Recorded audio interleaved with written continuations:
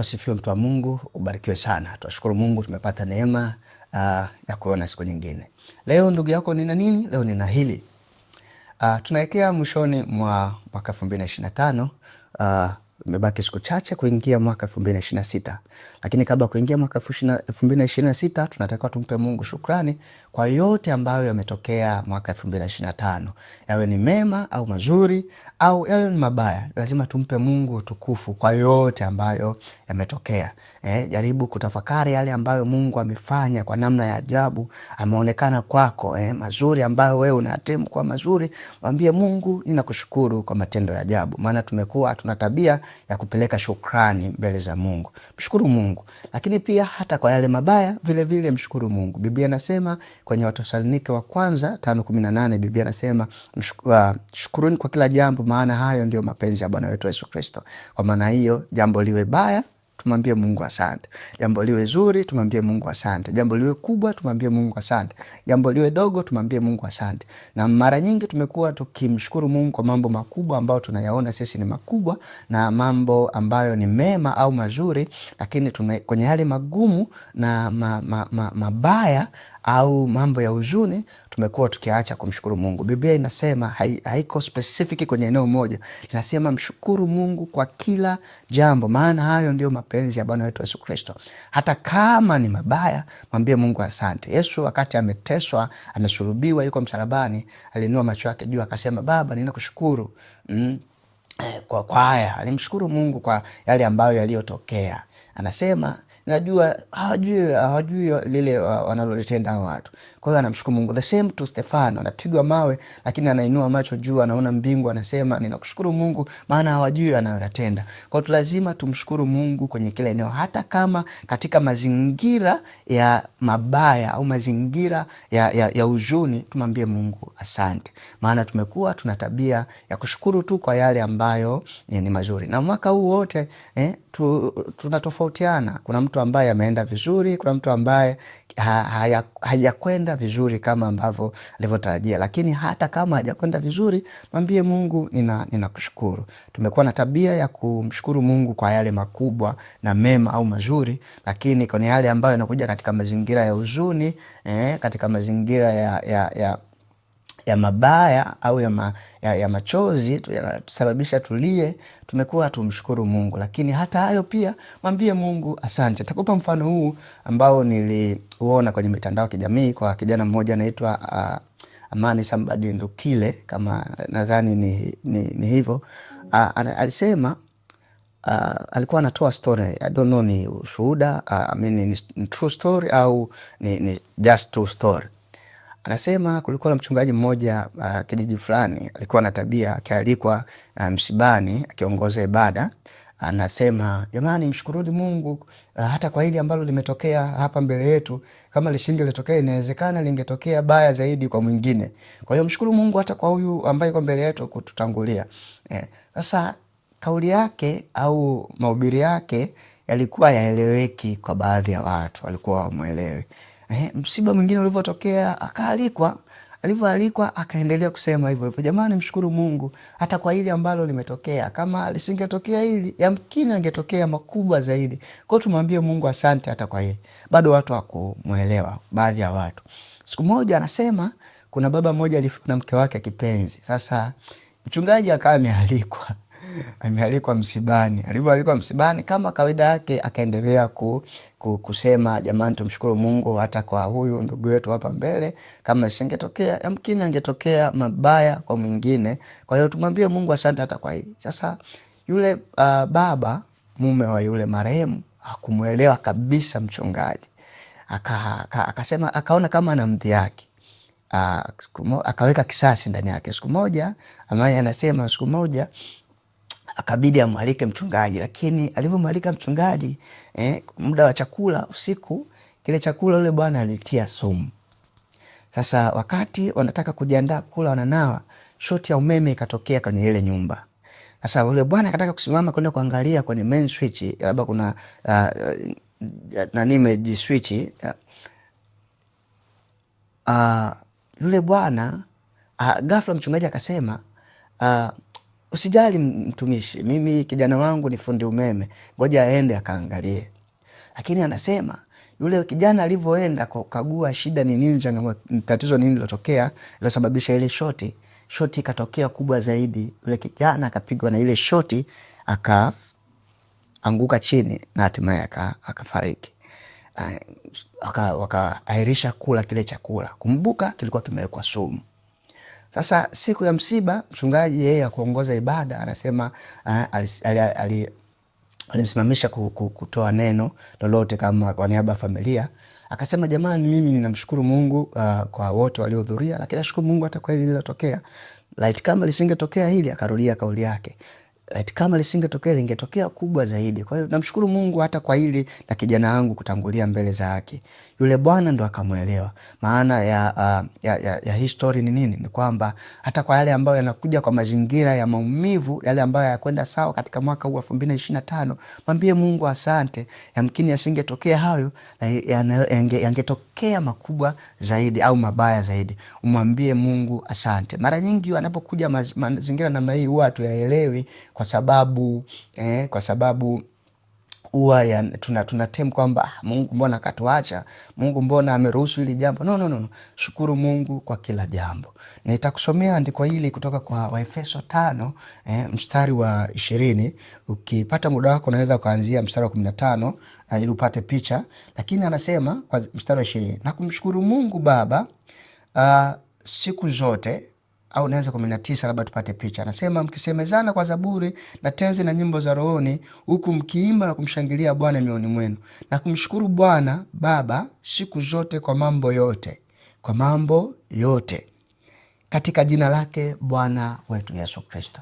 Anasema tumshukuru Baba kwa mambo yote, yawe ni makubwa, yawe ni mazuri, yawe ni mema, lakini vile vile hata kama ni mabaya kiasi gani, japo huwa si rahisi, lakini jitengenezee tabia kumshukuru Mungu. Kwa wale ambao mwaka 2025 mwaka umeenda kwa namna tofauti, kwa maana kwamba katika mazingira ambayo kwao hayakuwa mazuri, mwambie Mungu asante hata kwa hili. Hilo ni jambo la kwanza. Jambo la pili, tamani kushare na wewe, tunapoingia mwaka 2025 lazima vile vile katika mipango yako ni lazima uweke mpango wa kumtumikia Mungu sana. Unajua katika maisha yetu tumekuwa tuna tabia ya kuseti mipango ya mwaka mzima, lakini ukiangalia kwenye mipango yako huwa tunasahau jambo moja la muhimu sana.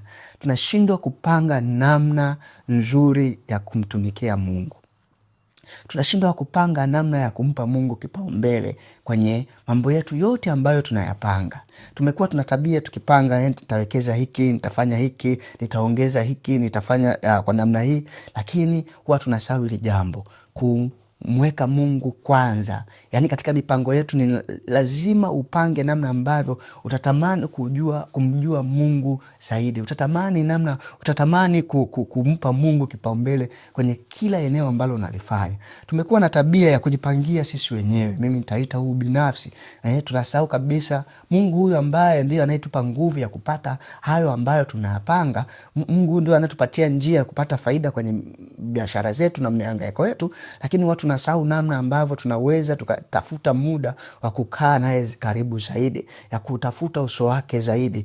2026 ukawe mwaka wa wewe kumpa Mungu kipaumbele kwenye mambo yako yote, kwenye kazi yako, kwenye biashara, kwenye huduma, kwenye elimu, masomo yako, kwenye kila eneo. Jaribu kumpa Mungu kipaumbele. Nitakusomea andiko hili kutoka katika Methali 3. Biblia inasema hivi, kuanzia mstari wa 5. Mtumaini Bwana kwa moyo wako wote, wala usizitegemee akili zako mwenyewe. Katika njia zako zote mkiri yeye, naye atanyoosha mapito yako. Naomba nirudie. Methali 3 mstari wa 5 na 6, baadaye nitaruka 9 na 10. Anasema, mtumaini Bwana kwa moyo wako wote, wala usizitegemee akili zako mwenyewe, na katika njia zako zote mkiri yeye, naye atanyoosha mapito yako. Bwana Yesu asifiwe, mtu wa Mungu. Biblia hapa, mwandishi wa kitabu hiki cha Methali anatukumbusha ya kwamba katika mambo yetu yote tumtumaini Mungu, tuwe na imani na Mungu ya kwamba Mungu atatuvusha, ya kwamba Mungu atatupigania, ya kwamba Mungu atatutetea. Anasema mtumaini Bwana kwa moyo wako wote. Na anasema wala usizitegemee akili zako mwenyewe. Tumekuwa na tabia ya kujipangia vitu, kuweka mipango, kuseti mipango kwa kutegemea akili zetu wenyewe, pasipo kupeleka hiyo mipango mbele za Mungu, maana yeye ndio anazothibitisha. Biblia inasema hiyo inasema ya kwamba maandalizi ya moyo ndio ya mwanadamu, lakini jawabu la ulimi yatoka kwa Bwana. Kwa ni lazima ujitahidi katika maisha yako mwaka 2026 uwe mwaka ambao wako mtumaini Mungu kwa moyo wako wote na sio kutegemea akili zako. Na ndio maana kuna wakati mtu anapata mafanikio, anajiona ni nguvu zake, anajiona ni jitihada zake kwamba ndo zimefanya au zimepelekea kupata yale ambayo ameyapata au ambacho amekiachieve. No. Ni Mungu ambaye amefanya. Kwa ni lazima tumtegemee Mungu. Usitegemee sana akili zako. Utegemea akili zako inaweza kaleta mazingira ya kiburi na jeuri na kuona ya kwamba yote umeyafanya kwa akili zako. Kwa hiyo mtumaini Mungu kwa moyo wako wote. Muamini Mungu kwenye kila eneo ambalo unalolipanga. Muamini ya kwamba atafanya. Maana kutumaini ni kwamba unaamini kitu hicho kitatokea. Kwa sababu Mungu ni mwaminifu, atafanya. Kwa 2026 uwe mwaka ambao wa kumtumaini Mungu kwa moyo wako wote. Usifanye jambo kwa akili zako. Usifanye jambo kwa miemko yako kwamba ili jambo naweza likafanya. No, jitahidi kutafuta muda wa kulikabidhi mbele za Mungu. Jambo la pili anasema katika njia zako zote mkiri yeye, naye atanyoosha mapito yako. Yani yeye atadirect njia zako, atadirect hatua zako. Ndugu yangu mpendwa, kwa akili zetu hatuwezi. Niamini mimi, hatuwezi. Mtumaini Mungu katika kila njia yako, mtangulize yeye, naye atafanya. Alafu mstari wa 9 inasema hivi: mheshimu Bwana kwa mali yako na kwa malimbuko ya mazao yako yote, ndipo ghala zako zitakapojazwa kwa wingi na mashinikizo yako yatafurika divai mpya. Naomba nirudie mstari wa 9, Methali hiyo 3. Mheshimu Bwana kwa mali yako na kwa malimbuko ya mazao yako yote, ndipo ghala zako zitakapojazwa kwa wingi na mashinikizo yako yatafurika divai mpya. Mpendwa, hili jambo ni jambo ambalo watu wengi sana huwa tunafanya kwa ulegevu. Biblia inasema tumheshimu Mungu kwa mali zetu zote. Mheshimu Bwana kwa mali yako na kwa malimbuko ya mazao yako yote. Je, tunampa Mungu nafasi kwenye mali zetu? Tunampa Mungu nafasi kwenye kazi zetu? Tunampa Mungu nafasi ya kwanza kwenye maeneo yetu mbalimbali? Au ni tunatumia tu kwa ajili ya mambo yetu wenyewe? Mheshimu Mungu kwa mali zako. Ni muda gani unampa Mungu nafasi? Mpendwa, mpe Mungu nafasi ya kwanza. Biblia inasema hivi: utafuteni kwanza ufalme wa mbinguni na haki yake, na mengine yote mtazidishiwa. Hiyo ni kama rewards. Sasa nataka nizungumzie hapa, mheshimu Bwana. Anasema utafuteni kwanza ufalme wa mbinguni na haki yake. Katika kutafuta ufalme wa mbinguni ni namna ambavyo, haimaanishi usifanye kazi. Kazi unatakiwa ufanye, lakini ni namna ambavyo tunatakiwa tumpe Mungu kipaumbele kwenye kila eneo. Kwenye biashara yako mpe Mungu kipaumbele.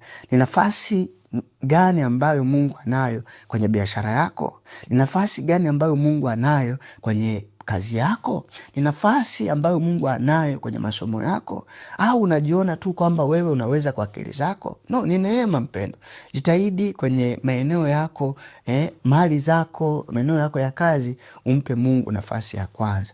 Mimi binafsi kumwambia Mungu, mimi kwenye mambo yangu yote nakupa kipaumbele. Hata kwenye eneo langu la kazi, Mungu wangu ni kipaumbele cha kwanza. Ni cha kwanza. Hata kwenye mashughuli zangu za kiuchumi, Mungu wangu ni kipaumbele cha kwanza. Mpe Mungu, na Mungu hajawahi kunipungukia. Kadiri unavyomjua Mungu sana, ndivyo ambavyo Mungu anawekeza kwako. Kadiri unavyowekeza kwa Mungu, ndivyo ambavyo Mungu anawekeza maradufu ya zaidi ya kile ambacho anachowekeza. Hiyo ni kanuni. Jitahidi sana mwaka 2026 uwe mwaka wa kumpa Mungu kipaumbele kwenye kila eneo katika maisha yako. Ni kumpa Mungu nafasi ya kwanza. Mheshimu Mungu. Kuna kitu kimoja mimi huwa najifunza kwa watu wa wenzetu wa imani nyingine, wa dini nyingine. Wao kwenye eneo lao wakati wa swala hawana mchezo. Wanampa Mungu wao nafasi ya kwanza.